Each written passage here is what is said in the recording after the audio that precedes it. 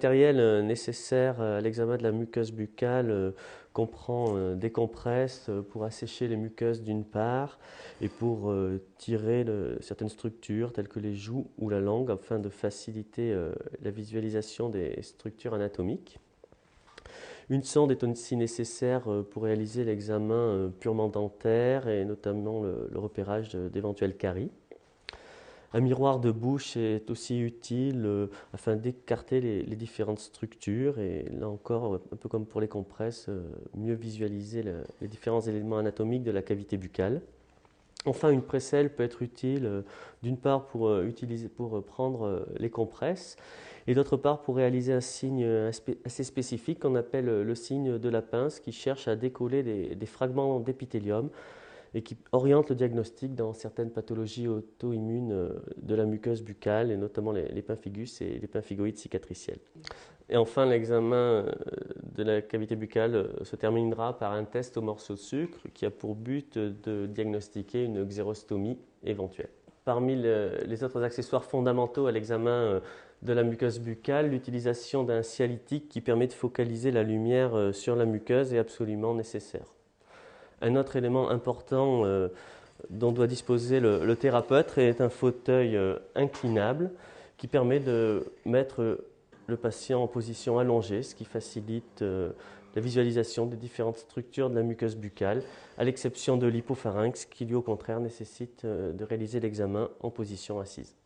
En préambule à l'examen endobuccal, on réalise bien sûr systématiquement un examen exobuccal sommaire du revêtement cutané, éventuellement du cuir chevelu, des différents orifices naturels, narinaires et conductitifs externes. Et puis bien sûr la palpation des aires ganglionnaires qui est un examen absolument fondamental en complément de l'examen endobuccal. On palpe principalement les chaînes jugulaires antérieures, chaînes cervicales et chaînes transverses du cou. On peut aussi palper les chaînes ganglionnaires sous-mentales. Enfin, dans certains cas, un examen neurologique est aussi réalisé, aussi bien sur le plan sensitif que moteur. Au niveau exobuccal, la cavité buccale est circonscrite par les joues et les lèvres qui forment des replis musculo-membraneux. Les lèvres supérieures et les lèvres inférieures sont réunies au niveau des commissures labiales.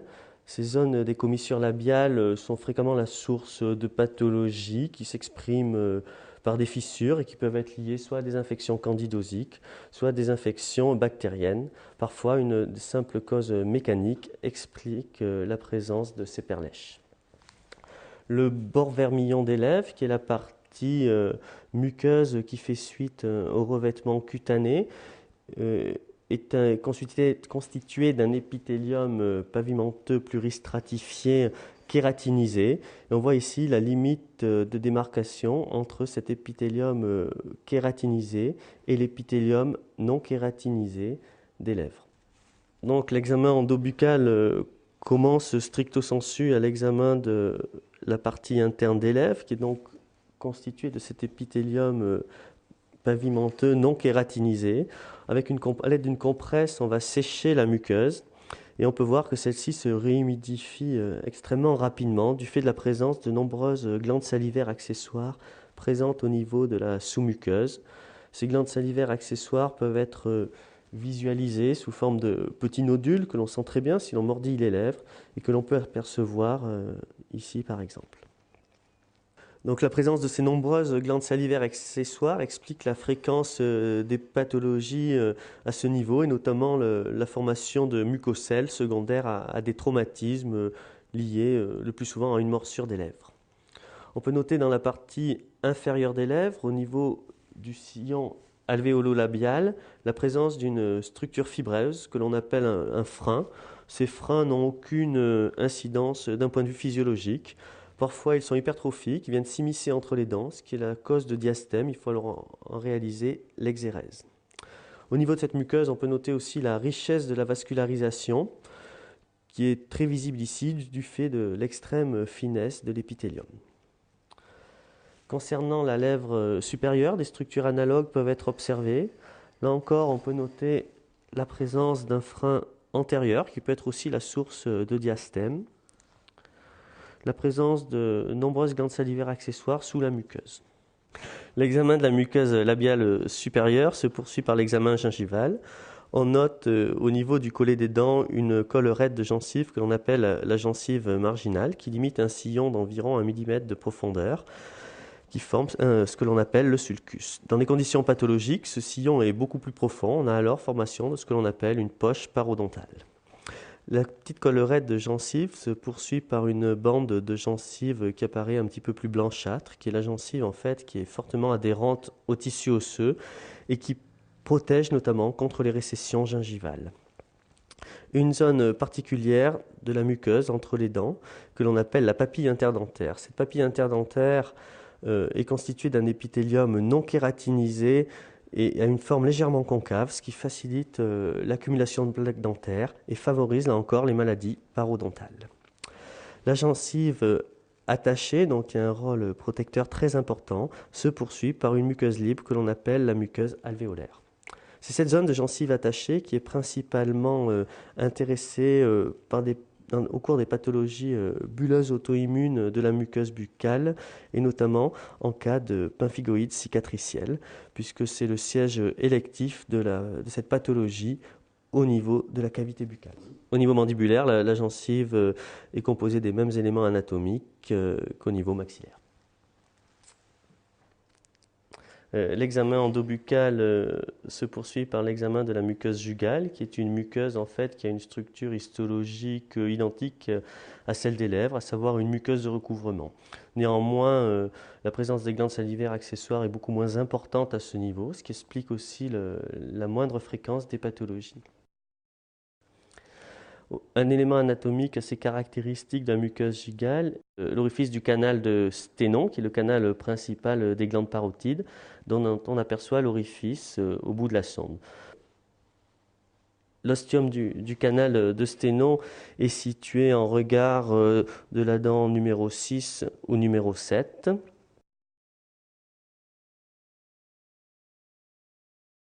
Et on réalise systématiquement un massage de la glande parotide pour essayer de voir un petit peu de salive qui sourd à ce niveau, ce que l'on a pu observer à l'instant. La qualité de la salive qui sourd à ce niveau est un témoin d'une éventuelle infection en rapport avec la parotidite, ce qui est relativement fréquent au niveau de ces glandes. Donc on poursuit l'examen de la cavité buccale par l'examen de la partie antérieure de la face ventrale de la langue. Au niveau de la partie antérieure du plancher, de part et d'autre du frein lingual, on peut observer de petites caroncules qui correspondent aux orifices du canal principal des glandes sous-maxillaires que l'on appelle le canal de Wharton. Là encore, la palpation sous-angulo-mandibulaire de la glande peut entraîner un petit jet de salive qui témoignera aussi de sa qualité, de sa quantité et d'une infection éventuelle. Cette zone du plancher buccal est recouverte d'un épithélium extrêmement fin, comme en témoigne la richesse des vaisseaux visibles par transparence. Il faut noter que c'est aussi une zone de stagnation des différents toxiques et des agents carcinogènes qui peuvent être à l'origine de cancer. Et si l'on ne demande pas au patient de mettre sa langue au palais pour observer la zone, c'est une zone qui est inaccessible à l'examen direct après simple ouverture buccale. L'examen se poursuit aussi par l'examen de la gencive au niveau lingual qui présente une structure tout à fait analogue à celle que l'on pouvait observer au niveau vestibulaire. L'examen de la face ventrale de la langue se prolonge par une protraction de celle-ci à l'aide d'une compresse afin de bien visualiser toute la zone ventrale qui elle aussi est souvent associée à la présence de lésions blanches type leucoplasie associées à l'usage du tabac. Enfin, l'examen clinique de cette zone se poursuit en écartant la langue à l'aide du miroir pour bien visualiser la zone du plancher buccal qui forme le sillon alvéolo-lingual. Dans sa partie plus antérieure, on a parfois des pathologies salivaires type grenouillette, qui sont des sortes de mucocèles au niveau des glandes sublinguales. Pour examiner la face dorsale de la langue, on demande au patient de tirer la langue. Au niveau de cette face dorsale de la langue, on peut visualiser un système papillaire extrêmement développé, des papilles filiformes, qui sont ces petites papilles kératinisées blanchâtres, qui joue un rôle essentiellement masticatoire, d'écrasement du bol alimentaire sur le palais. Dans certains cas, notamment lorsqu'on a une langue dite saburale, ces papilles sont en plus grand nombre, associées à un excès d'esquamation et parfois à une accumulation de plaques dentaires. Parsemées entre ces papilles filiformes, on peut noter la présence de petites papilles fongiformes, qui sont des petites papilles rougeâtres, qui sont des papilles hypervascularisées, qui contiennent de nombreux bourgeons du goût. Ces papilles ne sont pas du tout associées à un processus inflammatoire, comme c'est souvent cru par la majorité des praticiens. Des papilles plus difficiles à examiner, qui sont parfois la cause de consultation, alors qu'elles sont purement physiologiques, ce sont les papilles caliciformes que l'on aperçoit ici et qui forment ce que l'on appelle le V lingual. Sur les faces latérales de la langue, on peut observer des papilles que l'on appelle les papilles filiformes, qui sont des papilles qui sont en involution chez l'homme, qui contiennent, comme les papilles caliciformes, de nombreux bourgeons du goût. Donc, le palais est constitué de deux parties, le palais dur et le palais mou. Le palais dur repose sur l'os maxillaire. Dans sa partie antérieure, on a un système papillaire extrêmement développé avec des papilles latérales que l'on appelle les papilles bunoïdes. Au niveau central, entre les incisives, il existe une papille qui s'appelle la papille rétro-incisive. Dans cette zone, les pathologies muqueuses sont relativement rares. Essentiellement, les pathologies sont liées à des tumeurs osseuses. Et notamment, il faut penser à un kyste développé aux dépens des débris épithéliaux qui sont situés au niveau de la suture intermaxillaire. Kyste qui a une forme radiologique très particulière, en forme de cœur de carte à jouer, et qui peut donner des tuméfactions palatines qui peuvent être confondues avec des lésions muqueuses. Enfin, il faut noter que dans la partie antérieure du palais dur, il n'y a pas de glande salivaire accessoire. L'épithélium et la lamina propria reposent directement sur le plan osseux. Dans la partie postérieure du palais et surtout au niveau latéral, il y a une sous-muqueuse qui n'existe pas au niveau antérieur, qui contient de nombreuses glandes salivaires accessoires, ce qui explique la fréquence des pathologies en rapport avec ces glandes salivaires, pathologie tumorale maligne ou non. Un peu plus en arrière, on a ce que l'on appelle le voile du palais, qui est une structure musculo-membraneuse, qui prolonge le palais mou. L'examen de la muqueuse buccale se poursuit par l'examen du palais mou et de la partie postérieure de la cavité buccale, à savoir l'oropharynx. Cet examen n'est pas toujours très évident. Il faut comprimer la langue vers le bas pour visualiser notamment la zone de la luette, qui est très légèrement bifide ici. D'autre part, on cherche à observer le pilier antérieur de l'amygdale et le pilier postérieur. Enfin, une zone que nous n'avons pas décrite au cours de cet examen, c'est la zone du trigone rétromolaire. À ce niveau, on peut noter une zone de kératinisation importante, très certainement liée à la mastication sur ces crêtes édentées, puisque la troisième molaire n'a pas fait irruption dans la cavité buccale. Il faut noter à ce niveau la présence du nerf lingual qui passe au collet de la dent de sagesse, soit à peu près au niveau marqué avec la sonde. C'est donc une zone chirurgicale à risque qu'il faut éviter au cours des biopsies. Parmi les autres zones chirurgicales à risque dont on n'a pas parlé au cours de cet examen, il faut noter la présence de l'émergence du nerf alvéolaire inférieur, généralement entre les racines des deux prémolaires inférieures, et au niveau maxillaire, la présence d'une artère, l'artère palatine, qui chemine dans une gouttière osseuse, environ 1 cm du collet des dents. Enfin, comme il est souvent difficile d'apprécier la sécrétion salivaire, notamment quantitativement, très souvent nous avons recours au test au morceau de sucre. À ce moment-là, nous prenons un morceau de sucre numéro 4 que l'on coupe en deux, que l'on va placer sous la langue. Soulève ta langue, s'il te plaît. Voilà, ferme la bouche. Et on regarde au bout de 2 minutes la dissolution du sucre.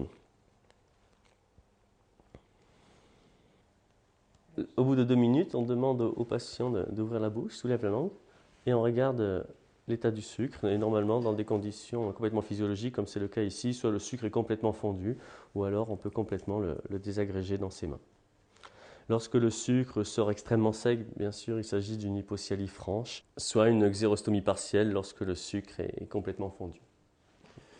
Bien sûr, il ne s'agit pas d'un test quantitatif précis, mais qui est très largement suffisant en pratique clinique. Dans les cas de syndrome sec important, si on veut évaluer les médicaments que l'on prescrit, à ce moment-là, on peut faire des tests plus précis, notamment à l'aide de coton salivaire que l'on peut peser, placer ensuite sous la langue et reposer au bout d'un certain temps, ce qui permet d'évaluer le débit de